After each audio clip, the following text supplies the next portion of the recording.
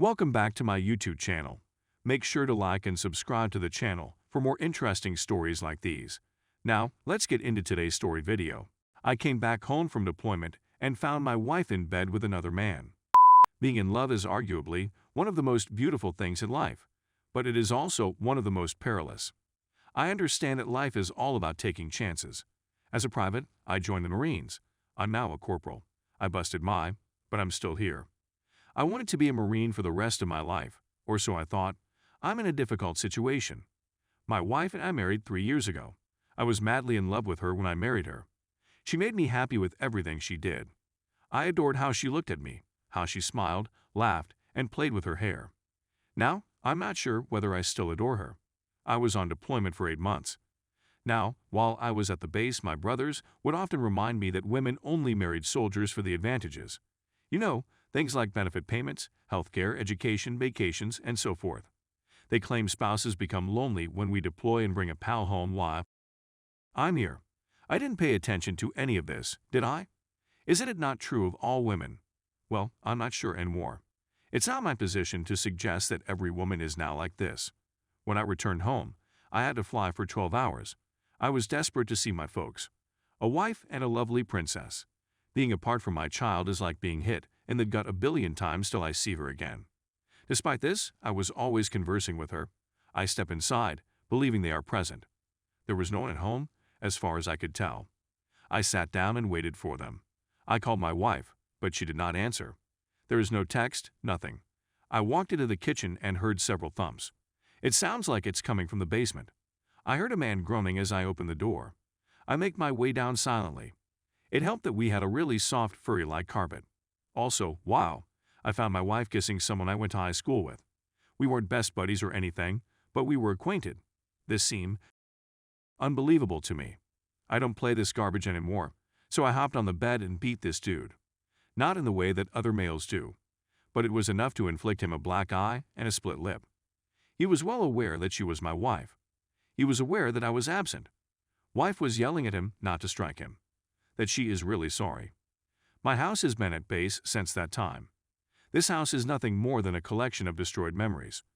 My brothers were correct about marriage and specifically about my wife. I will never trust my wife again, and if I divorce, I want to remain a Marine, which implies that marrying again would be a waste of time. We are, in fact, still married. This was not a long time ago. I regret remaining with her on a daily basis. When she grins at me, I simply look away, and when she embraces me, I just look away, placing one arm over her. I turn my head when she attempts to kiss me. Our favorite part was trying something we'd never eaten before. We would go to distant states only to dine at the best restaurants. We hadn't done it since before I departed for Asia. I'm just no longer in love. When I mention divorce, she leaps on me and apologizes profusely, shedding phony tears. That she will never do such a thing again. That she cares for me. She admitted to sleeping with him 3 times. I know I'm all over the place, so throughout my absence, she only slept with him 3 times. Okay. To be honest, I think I should be nominated for most distant spouse. She to me, telling me she misses me, and that what she did was a mistake. That she'll go to any length to keep us the same as before. We don't dispute, yet we're more separated than adversaries. She is always recommending that we visit a therapist. All they'll do is tell us to make up. I'm not doing anything that entails touching her or establishing eye contact for more than a second. That is why I will not be attending. I was unconcerned about my daughter. She has a striking resemblance to me. She has my ears, eyes, and hair color. I don't need a DNA test. Even though she wasn't mine, she was my life. I would never abandon her. She is the reason I am not divorcing and ending my marriage. At the base, one of my brothers didn't slap me in the face. I recall them stating that if you come home and find your wife in bed with someone else, we'll claim we told you so. But he didn't say it. Instead, he added, I'm wrecking my life with the wrong person. He said that if I do not divorce, I would be unhappy when I may meet someone wonderful. Sure thing. I simply want to return home. However, because to the epidemic, this will not be possible. I offer everyone a blessing and ask that they keep safe indoors. Story 2. Did I accidentally kinda cheat on my boyfriend? Should I tell him? I've been dating my boyfriend, male 27, for 5 months. He has a 3-year-old kid with his ex, and they divorced a year ago. It seemed strange at first for me. His kid is wonderful, and I don't mind having her around. But it was strange to see his ex in the photo, since I had never dated someone with a kid, and my boyfriends normally choose not to contact their exes. I used to feel envious that she got to see him and communicate with him more often than I did, since they shared custody of a kid. I eventually got accustomed to it, and now everything is okay.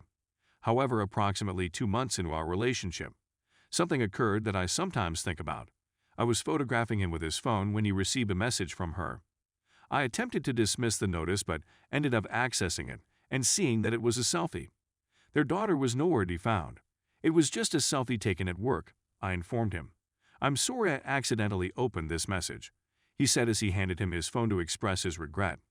When I saw her, I was jealous to the extreme, but I resolved not to act on my feelings.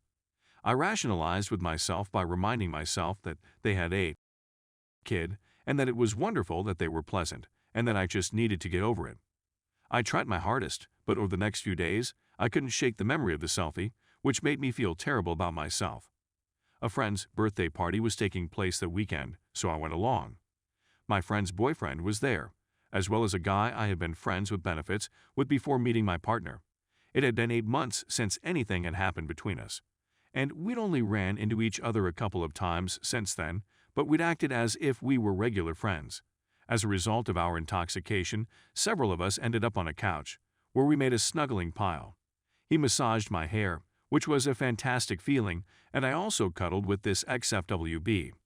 I pondered taking a step back for a split second, but then I recalled that I was merely cuddling with some good friends.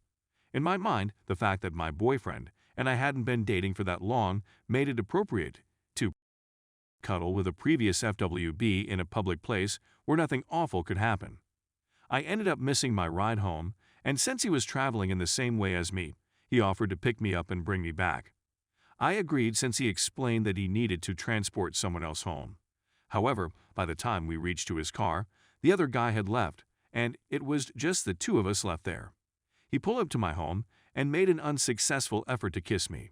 I put my finger to his lips and informed him that we couldn't go on with it since I was dating someone else at the time.